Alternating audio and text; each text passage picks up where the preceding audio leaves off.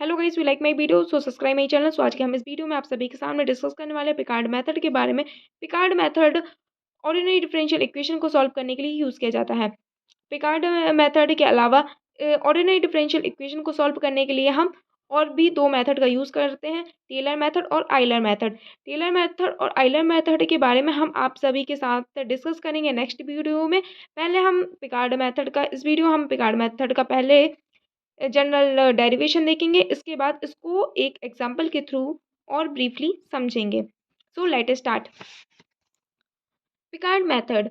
Picard method जैसे कि ordinary differential equation के लिए यूज़ किया जाता है। तो जो ऑर्डिनरी डिफरेंशियल इक्वेशन का जो फॉर्मेट है वो d y upon d x function x y के फॉर्म में यूज़ होता है, लिखा जाता है। ठीक है, हमको इसको पिकार्ड मेथड के फॉर्मेट में चेंज करना है, तो हम डी एक्स को हम इक्वल के नेक्स्ट साइड ले जाएंगे, ठीक है ना, दूसरी साइड ले जाएंगे। D y equal to function x y d x और इंटीग्रेशन का हम इंटीग्रेशन करेंगे x naught to x, integration x naught to x d x equal to x integration x naught to x function x y d x.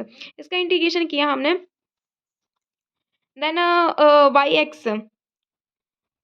X minus y x naught equal to integration x naught to x function x y d x.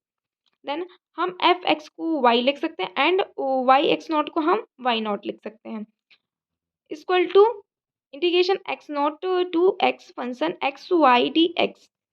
Then हम x naught का transfer कर लेंगे equal के दूसरी side, y equal to x naught plus integration x naught x function x y d x.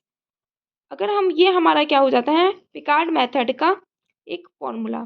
इसके बाद हम देखेंगे हम अप्रोक्सीमेशन कैसे फाइंड करते हैं।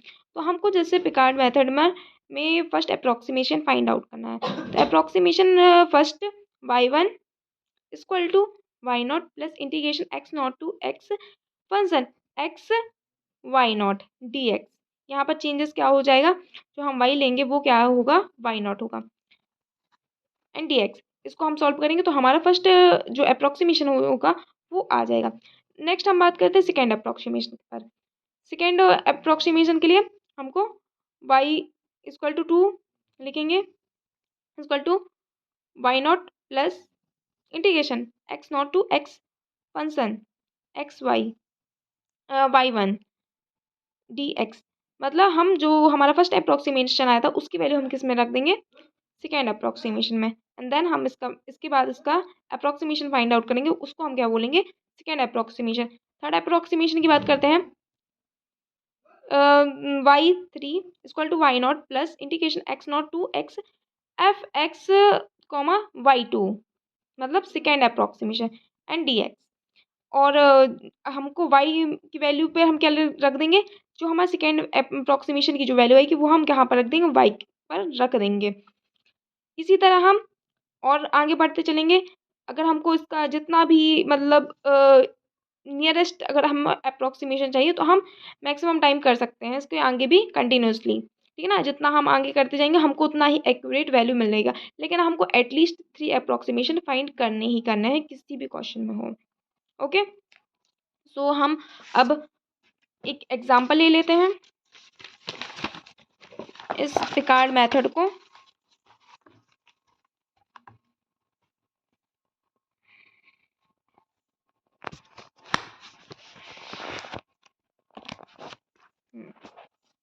तो देखिए क्वेश्चन नंबर सेकेंड हमारा है कि use Picard method the approximation Y.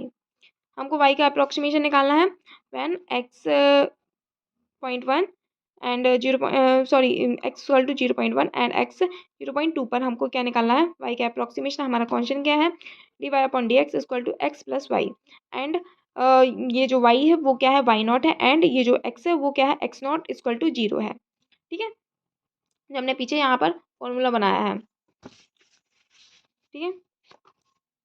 ये जो वाई नॉट है यहाँ पर क्या रखेंगे, 0, यहाँ पर 0 रखेंगे, ठीक है ना, इस क्वेश्चन पर। सो ये हमारा डिफरेंशियल इक्वेशन का फॉर्मेट है जैसे कि यहाँ पर दिया हुआ है एंड एक्स नॉट क्या है, 0 है एंड वाई नॉट क्या है, 0 है, जैसे कि मैंने आपको बताया था। फर्स्ट अप्रोक्सीमेशन इनके, तो y1 हमने लिखा equal to y0 plus x0 to x function x y0 and dx equal to y0 जैसे कि हमको 0 गिवन है, 0 रखा हमने, प्लस y0 की जगह हमने 0 रखा, x एंड जो हमारा ये जो x हमको मिला वो कैसे मिला देखते हैं।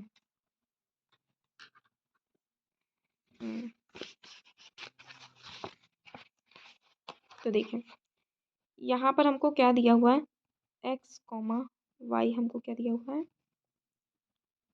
x plus Y. ठीक है, तो हम फर्स्ट अप्रोक्सीमेशन में क्या कर रहे हैं, x कॉमा वाई नॉट कर रहे हैं। तो यहाँ पर x की वैल्यू तो वही रहेगी, लेकिन वाई नॉट की वैल्यू क्या है, हमें 0 गिवन है। तो यहाँ पर क्या आ जाएगा, जो फंक्शन x वाई नॉट है वो क्या आ जाएगा, y आ जाएगा।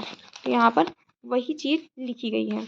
ओके, देन हम इसको इंटीग्रेशन इसका करेंगे। इंटीग्रेशन करने के बाद हम x की वैल्यू रखेंगे और 0 का वैल्यू 0 ही आएगा। तो यहाँ पर हमारा फर्स्ट अप्रोक्सीमेशन आ जाएगा x²/2 आ जाएगा। एंड नेक्स्ट हम बात करते हैं सेकेंड अप्रोक्सीमेशन के बारे में। So second approximation y2 equal to y0 plus integration x0 to x and function x y1 dx।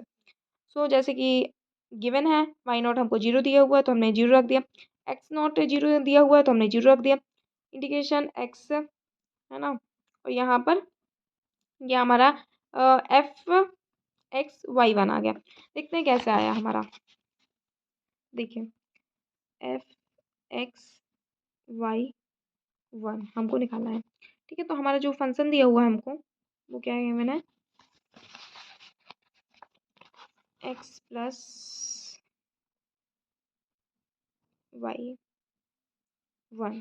ठीक है, तो यहाँ पर x प्लस जो हमारा फर्स्ट अप्रोक्सीमेशन आया था वो क्या था, x²/2। ठीक है, तो वही चीज़ में लिखी गई है। इसका हम इंटू यहाँ पर भी कर सकते हैं और अपॉन में सीधा डायरेक्टली हो जाएगा। ठीक है, तो यहाँ पर वही चीज़ लिखी गई है जो मैंने बताया। तो देन हम इसका इंटीग्रेशन करेंगे, तो x का इंटीग्रेशन करेंगे तो यहाँ पर क्या आ जाएगा, x²/2 एंड x स्क्वायर का करेंगे तो x³/3 आ जाएगा और 3 का इंटू हो जाएगा 2 में, तो यहाँ पर 6 हो जाएगा। मतलब हमारा जो सेकेंड अप्रोक्सीमेशन आया वो x³/6 प्लस x²/2 आया। देन हम थर्ड अप्रोक्सीमेशन की बात करते हैं।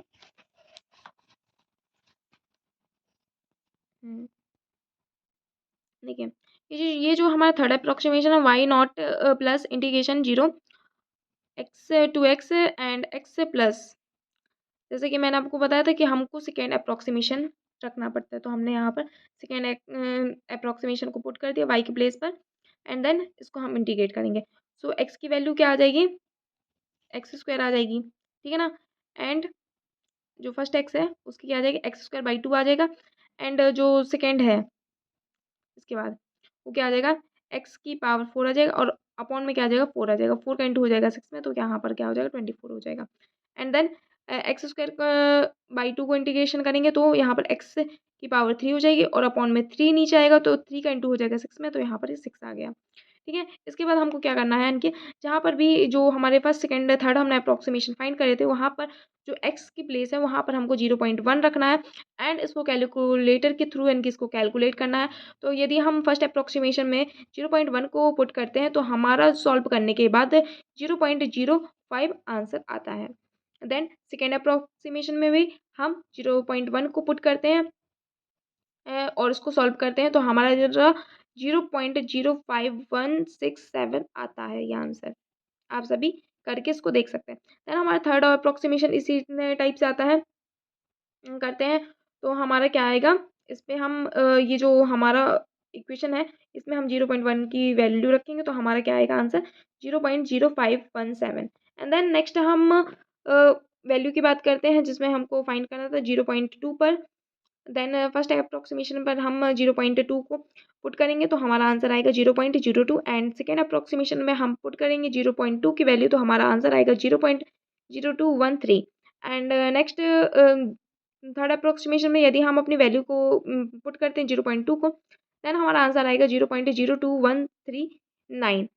जैसे कि यहाँ पर लिखा है कि आप इसको कंटिन्यू कर सकते हैं अगर आपको और अच्छा बेटर अप्रोक्सीमेशन चाहिए, बट यहाँ तक भी इनफ है कि ये भी वैल्यू काफ़ी नियरेस्ट आई है, ठीक है। बट अगर आपको और बेटर अप्रोक्सीमेशन चाहिए तो आप और भी कर सकते हैं आगे इसको कंटिन्यू। आई होप आपको ये वीडियो अच्छा लगा होगा। हमारी वीडियो को लाइक कीजिए, चैनल को सब्सक्राइब कीजिए। इस तरह के इन्फॉर्मेटिव वीडियो देखने के लिए हमसे जुड़े रहिए और कमेंट कीजिए। एंड आइलर और टेलर मेथड पर आपको नेक्स्ट वीडियो जल्दी ही मिलेगी।